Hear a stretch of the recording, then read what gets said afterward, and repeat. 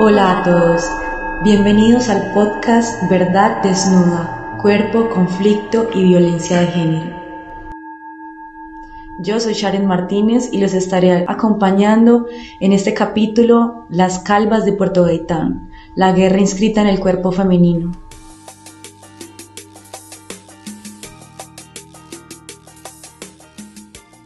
Puerto Gaitán es un municipio del departamento del Meta fundado en la orilla del río Manacasías y la cuenca del río Meta, el cual sirve de ruta a quienes se dirigen al departamento del Bichada, Guaviare y hasta para quienes viajan al vecino país de Venezuela. Desde la llegada y conquista de los colonos ganaderos y terratenientes de los llanos orientales, se empezó a gestar un sistema basado en la protección de intereses de estos colonos contra grupos insurgentes como la guerrilla de las FARC. Contaban con la colaboración de agentes del Estado con grupos paramilitares para garantizar justamente la seguridad de esas propiedades y negocios de los grandes ganaderos y empresarios de la región. Esto se recrudeció con el inicio de la exploración de hidrocarburos en el municipio de Puerto Gaitán.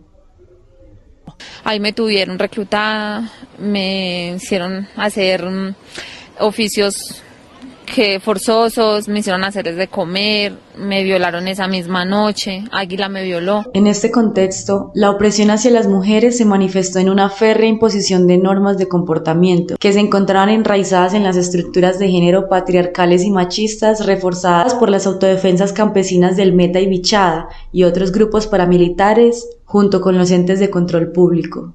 Freddy Bohórquez, alias Pocillo, ex paramilitar capturado en 2015 en el municipio de Puerto Gaitán Meta, brindó sus declaraciones acerca de este fenómeno de las calvas.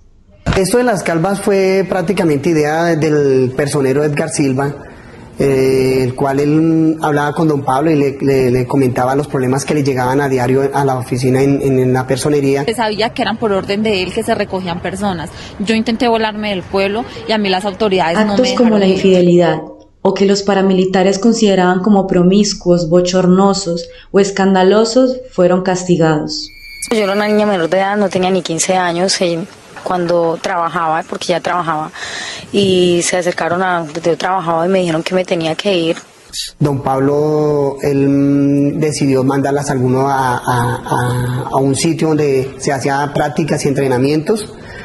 Y allí los pusieron a lavar ropa, a lavar camiones, a servirle a los muchachos. Les cortaban el cabello, los ponían a trabajar en las carreteras, arreglando carreteras, privadas de toda la libertad por allá, fincas. Eso era terrible. Los castigos podían variar, desde cumplir tareas con carteles que las señalaban como castigadas, hasta el secuestro, violación y trabajos forzosos. En ese tiempo ellos eran los que castigaban y ponían las leyes. Y para ponerle leyes a uno y castigarlo, se lo llevaban para castigarlo, secuestrado prácticamente 2 meses. Esas eran las famosas calvas. Las calveaban como para que todo el mundo supiera quiénes eran. Es como un castigo moral, porque a qué mujer le gustaría ser calva, y más que todo el mundo lo sepa. Este es un testimonio de una persona desmovilizada en los Acuerdos de la Verdad, Villavicencio, 3 de septiembre de 2015. Adicionalmente, rapaban a las mujeres como mecanismo de humillación y estigmatización. Todo esto para ejercer una sanción y control social contra prácticas e identidades que amenazaban los valores tradicionalistas de estos grupos paramilitares que se asentaron en el departamento del Meta. Como por dejar un antecedente para que la gente conociera que las personas calvas eran las personas desobedientes, porque allí sucedían muchas cosas con respecto a desobediencia contra la organización, prostitución de menores. Los paramilitares justificaban su accionar al calificar de inmorales dichos actos, alegando que existía prostitución infantil, transmisión de enfermedades venéreas y consumo de estupefacientes. Estos paramilitares calvearon a estas mujeres con el objetivo de humillarlas públicamente y tildarlas. Al mismo tiempo, se sirvieron como ejemplo para mostrarle al resto de la comunidad y a las demás mujeres cómo debían comportarse. ¿Deberíamos considerar al rapado como una tortura? Desde la propia concepción de este castigo, está envuelta en un sentido machista, ya que se castiga a la mujer quitándole esa arma de seducción, entre comillas, que les permite relacionarse con el enemigo, en este caso, los guerrilleros de las FARC. Por esta época, era constante los conflictos y enfrentamientos en el casco urbano de la población, desde tiroteos, muertes selectivas y secuestros. Yo estaba estudiando, no pude seguir estudiando porque en el colegio todo el mundo me rechazaba. Estas mujeres, después de regresar de su castigo, normalmente eran estigmatizadas. Muchas de estas mujeres nunca denunciaron por miedo y vergüenza.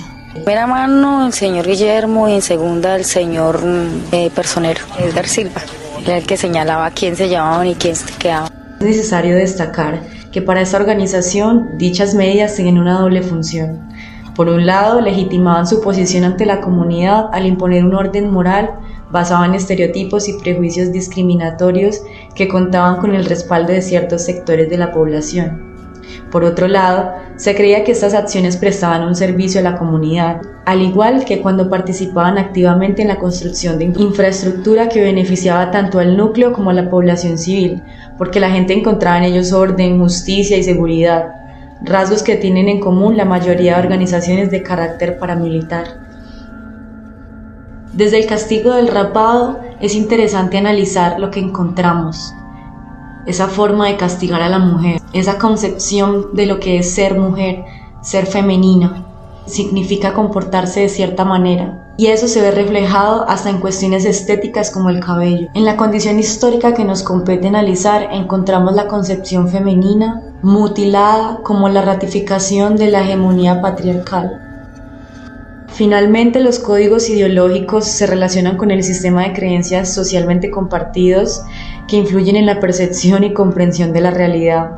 En este caso de las calvas de Puerto Gaitán, podemos observar cómo los prejuicios y estereotipos sobre las mujeres reflejan un sistema de creencias arraigado en la cultura y mitos machistas.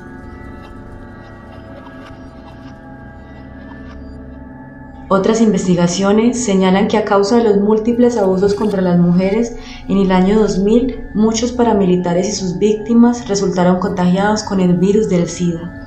Entonces, los paras obligaron a las mujeres a realizarse exámenes de sangre y las que salían positivo eran rapadas. Es importante recordar y narrar este tipo de historias que han sido invisibilizadas e ignoradas por muchos años.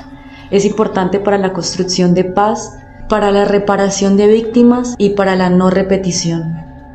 Hemos llegado al final de este podcast en el que hemos abordado un tema tan crucial y doloroso como la violencia de género en el conflicto armado, específicamente el fenómeno de las calvas de Puerto Gaitán.